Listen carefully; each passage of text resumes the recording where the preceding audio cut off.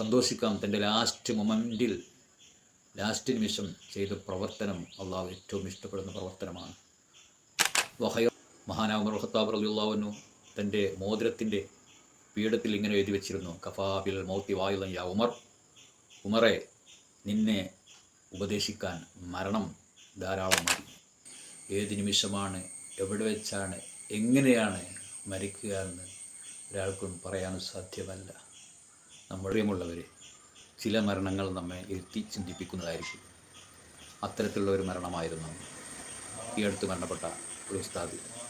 അദ്ദേഹം പള്ളിയിൽ വെച്ച് ബാങ്ക് വിളിച്ചുകൊണ്ടിരിക്കുകയാണ്. ബാങ്ക് വിളിച്ചുകൊണ്ടിരിക്കെ അദ്ദേഹം ആ ബാങ്ക് പൂർത്തീകരിക്കാതെ ലോകത്തോട് വിട പറഞ്ഞു. അല്ലാഹു സുബ്ഹാനഹു വ തആല പറയുന്നുണ്ട്, വലൻ യുഅഖിറല്ലാഹു നഫ്സൻ ഇദാ ജാഅ അജലുഹ. ഫിക്സ്ഡ് ടൈം എത്തിക്കഴിഞ്ഞാൽ ഒരു ശരീരത്തെയും അള്ളാഹു താമസിപ്പിക്കുന്നതല്ല. അവൻ അഹ്സനു ഖൗലൻ മിമ്മൻ ദഅ ഇലല്ലാഹ്. അള്ളാഹുവിലേക്ക് ക്ഷണിക്കുന്നവനേക്കാൾ ഏറ്റവും നല്ല ആളായിട്ട് ആരാണുള്ളത് എന്ന് ഖുർആൻ ചോദിക്കുന്നുണ്ട്.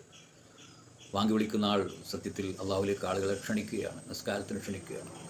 അത്രയും നല്ല കർമ്മം ചെയ്തുകൊണ്ടിരിക്കുമ്പോഴാണ് മരണപ്പെടുന്നത്. പക്ഷേ അവർക്കും സമയമെത്തിയാൽ പിന്നീട് ലവലേശം പോലും താമസം ചെയ്ത് കൊടുക്കുന്ന പ്രശ്നമില്ല. വഖൈറ അമലി യൗമ അൽഖാക്. എൻ്റെ ഏറ്റവും നല്ല പ്രവർത്തനം എന്നെ കണ്ടുമുട്ടുന്ന ദിവസം. വഖൈറ അമലി ഖവാത്തിമഹ.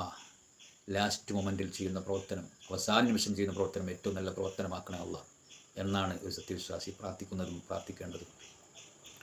അതുകൊണ്ട് പ്രിയമുള്ളവരെ, ഈ മരണം നമ്മെ ചിന്തിപ്പിക്കണം. ഹയാത്തക്ക ഖബല മൗത്തിക്ക. നബി സല്ലല്ലാഹു അലൈഹി വസല്ലം പറയുന്നുണ്ട്, ഇഗ്തനിം ഖംസൻ ഖബല ഖംസിൻ. 5 കാര്യങ്ങൾക്ക് മുമ്പ് 5 കാര്യമേ ഉപയോഗപ്പെടുത്തുക. ഹയാത്തക്ക ഖബല മൗത്തിക്ക. നിൻ്റെ മരണം വരുന്നതിൻ്റെ മുമ്പ് ജീവിതം ഉപയോഗപ്പെടുത്തണം. ഏത് നിമിഷമാണ്, എവിടെ വെച്ചാണ്, എങ്ങനെയാണ് മരിക്കുക എന്ന് ഒരാൾക്കും പറയാൻ സാധ്യമല്ല. നമ്മുടെ ലാസ്റ്റ് മൊമെൻറ്റിൽ നാം ചെയ്യുന്ന പ്രവർത്തനം അതൊക്കെ ഏറ്റവും ഇഷ്ടപ്പെട്ട പ്രവർത്തനമാവണം.